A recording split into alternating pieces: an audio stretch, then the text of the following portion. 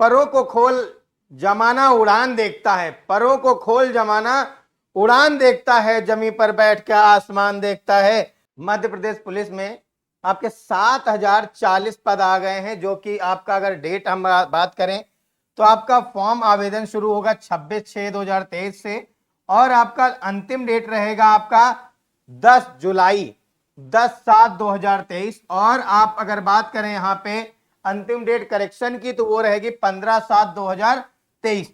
और आपका जो एग्जामिनेशन होना है वो होना है 12/8/2023। मतलब बहुत कम समय है, आप 40 से 45, बहुत मैक्सिमम अगर मान लें तो आपको 50 दिन का समय मिल रहा है। तो इस समय में, सीमित समय में आप कैसे अपनी तैयारी करें, किस तरीके से आप प्रिपरेशन को नया आयाम दें।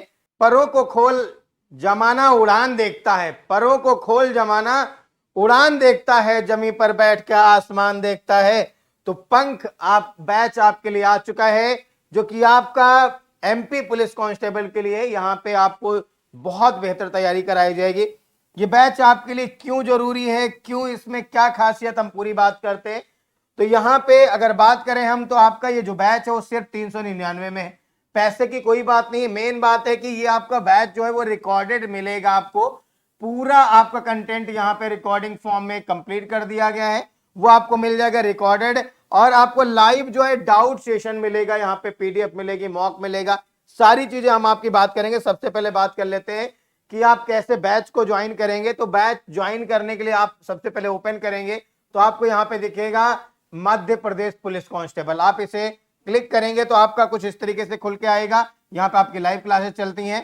तो यहाँ पे आप सबसे पहले जाएंगे कोर्स में, और कोर्स में जाते ही आपका कुछ इस तरीके से सेक्शन खुल के आएगा। वहां पे आप इस पे क्लिक करेंगे एमपी पुलिस कांस्टेबल वाले बैच पे, तो आपका बाई नाउ का ऑप्शन आएगा। इस बाई नाउ वाले पे क्लिक करेंगे तो आप बाई का ऑप्शन आएगा। यहाँ पे आप बिना कूपन कोड डाले डायरेक्टली आप पे नाउ पे क्लिक करेंगे और पे करके आप बैच से ज्वाइन कर सकते हैं। तो यहाँ पे हम बात करते हैं इसके डिटेलिंग की। तो यहाँ पे जो वैकेंसीज हैं, ये इसमें सबसे पहले हम बात करते हैं कितनी टोटल वैकेंसीज है। तो 7090 वैकेंसी है। यहां पे अगर हम अलग अलग बात कर रहे हैं, general, OBC, SC, ST, EWS, वो सारी वैकेंसीज आपको दिख रही है कांस्टेबल जीडी की। और यहां पे फीमेल का आपका 33% रिजर्वेशन है, 33% जो सीट्स हैं वो किसकी हैं, फीमेल की हैं, आप देख पा रहे होंगे। और यहां पे अगर हम बात करें आरक्षक सामान्य ड्यूटी, जनरल ड्यूटी की डिटेल में, यहां पे जो वैकेंसीज हैं आपका जो कांस्टेबल विशेष सशस्त्र बल है उसकी, तो आपकी ये टोटल वैकेंसीज है 2646। कितनी है, 2646। और अगर हम ग्राउंड ड्यूटी की बात कर ले रहे हैं, यहाँ पे जनरल ड्यूटी की बात कर रहे हैं, तो जनरल ड्यूटी की अगर हम बात कर ले तो ये है 4444 टोटल वैकेंसीज, अलग अलग यहाँ पे आपकी कैटेगरी वाइज पूरी डिस्प्ले हो रही है। और अगर हम यहाँ पे बात करते हैं रेडियो ऑपरेटर की, तो टोटल रेडियो ऑपरेटर की जो वैकेंसीज हैं वो है 321 वैकेंसी। यहाँ पे हम सिलेबस वगैरह सब चीजों की बात करेंगे। और आपको यहाँ पे दिख रहा है जो एज लिमिट है वो मिनिमम एज होनी चाहिए 18 साल। और जनरल की अगर हम बात करें तो मेल के लिए 36 साल और फीमेल के लिए 41 साल रखा गया। यहाँ पे 3 साल एज में आपको छूट दी गई, 3 ईयर का आपको छूट दिया गया कोविड के चलते। और बात करते हैं यहाँ पे एज लिमिट, तो आपका 10/7/2023 को काउंट किया जाएगा, इस डेट को होना चाहिए।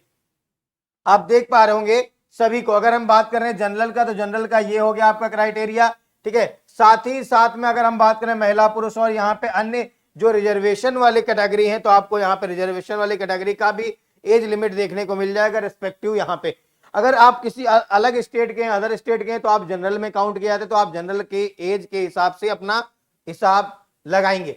और बात करते हैं यहाँ पे इनका जो वेतन है, तो ये वेतन रहता है आपका 19,500 से लेकर के 62,000 तक की रेंज का। यहाँ पे आपको डीए, टीए ये सब अलग से मिलता है।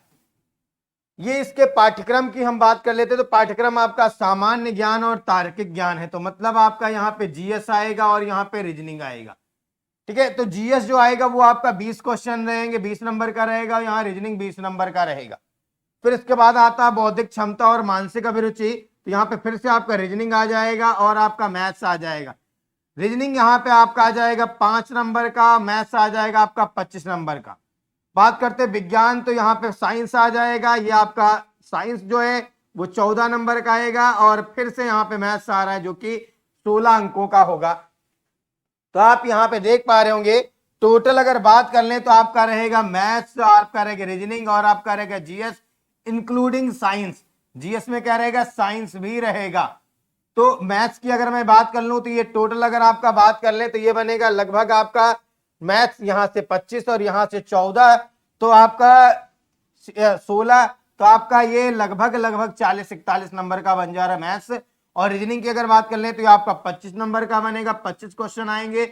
जीएस की बात कर ले तो ये हमारे लगभग लगभग 34 क्वेश्चन आएंगे। तो ये इस तरीके से सॉरी जीएस की अगर हम बात कर ले तो आपके यहाँ लगभग लगभग 34 क्वेश्चन आएंगे।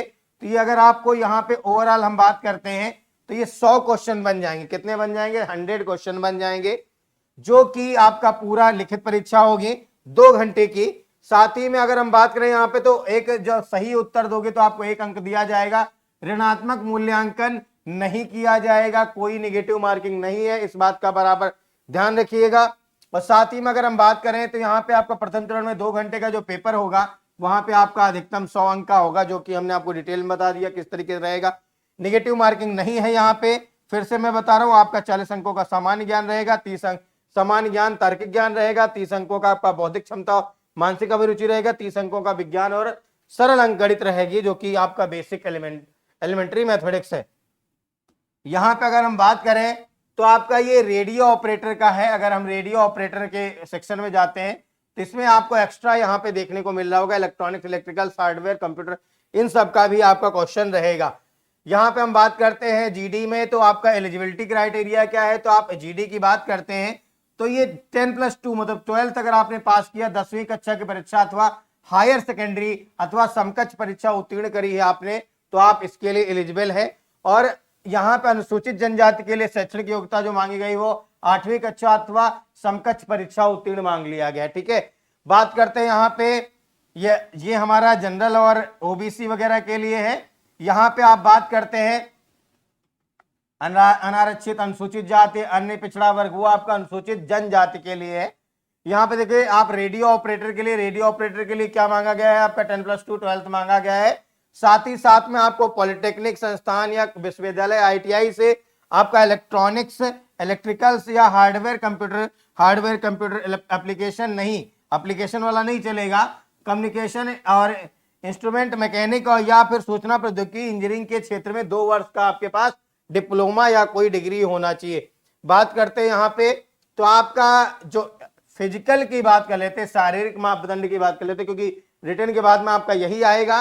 तो यहाँ पे आपका जो पुरुष है उनके लिए 168 मांगा गया, जनरल के लिए 79 सीना मांगा गया कम से कम, और 5 सेंटीमीटर फुलाने के बाद मतलब टोटल 84 चाहिए यहाँ पे। और यहाँ पे अगर बात कर लें कि ये पुरुष के लिए, तो ये पुरुष का 157 सेंटीमीटर हाइट के, ये जो पुरुष का आपका गोरखा वाले हैं, गढ़वाली हैं, कुमाऊं हैं, इनके मामले में इनको छूट मिला है, 157 सेंटीमीटर के हैं तो भी चलेगा। यहाँ 79 सीना चाहिए, 84 आपका क्या चाहिए फुलाने के बाद।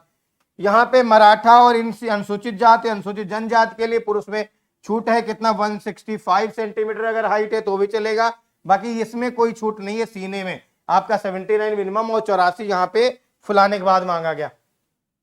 यहाँ पे पुरुष की बात करते हैं, आरक्षण बल छोड़कर अन्य सभी संवर्ग में आरक्षित, अनुसूचित, अन्य पिछड़ा वर्ग, इसमें आपका पुरुष की बात करते हैं 168 सेंटीमीटर, 81 सेंटीमीटर सीना की मांग किया और 86 सेंटीमीटर फुलाने के बाद कह रहा है। और महिलाओं का 155 सेंटीमीटर, और यहाँ पे ये अप्लाई नहीं होता है। अगर हम बात करें यहाँ पे आरक्षण विशेष सशस्त्र बल छोड़कर अन्य सभी अनुसूचित जनजाति के लिए, यहाँ पे पुरुष का 160 सेंटीमीटर में और महिला का 155 सेंटीमीटर है। यहाँ पे सीना की बात करें तो 76 सेंटीमीटर और यहाँ पे 81 सेंटीमीटर है फुलाने के बाद। तो आप देख पा रहे हैं यहाँ पे अलग अलग क्राइटेरिया अलग अलग बदल जा रहे हैं, तो इसका बहुत ध्यान रखेंगे आप।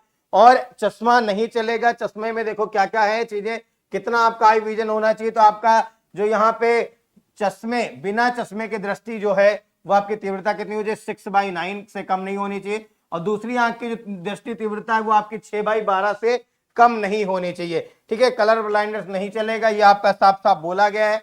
और यहाँ पे जो आपका गोला फेंक रहेगा वो आपको पुरुषों के लिए गोला फेंक रहेगा, वजन रहेगा 7.26 किलोग्राम, और यहाँ पे महिलाओं को जो फेंकना होगा वो रहेगा 4 किलोग्राम का। और यहाँ पे आपका 800 मीटर की दौड़ रहेगी, यहाँ पे लंबी कूद रहेगी, गोला फेंक 3 बार आपको अवसर मिलेगा यहाँ पे, क्या क्या चीजें हैं वो आपको यहाँ पे अलग अलग मार्क्स आपको डिस्प्ले किए जा रहे हैं, कितने कितने नंबर दिए जाएंगे, आप कितनी दूरी अगर दौड़ लोगे कितने सेकंड में, तो आपको यहाँ पे अलग अलग 1 1 2 2 3 4 5 6 7 8 9 10 20 इस तरीके से आपका मार्क्स बढ़ता जाएगा कि जितना आप कम कम समय में चीजें कर लेंगे उतना ही आपका नंबर बढ़ता चला जाएगा।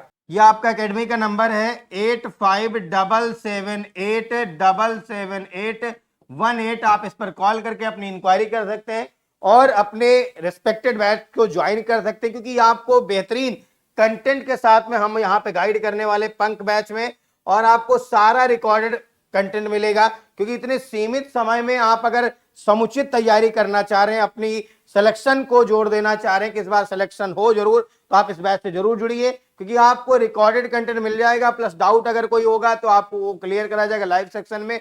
इतने कम समय में बहुत अच्छे वेल डिजाइन पैटर्न पे आपका काम किया गया है और इस बार नौकरी हर हाल में लेनी है। जय हिंद, जय भारत।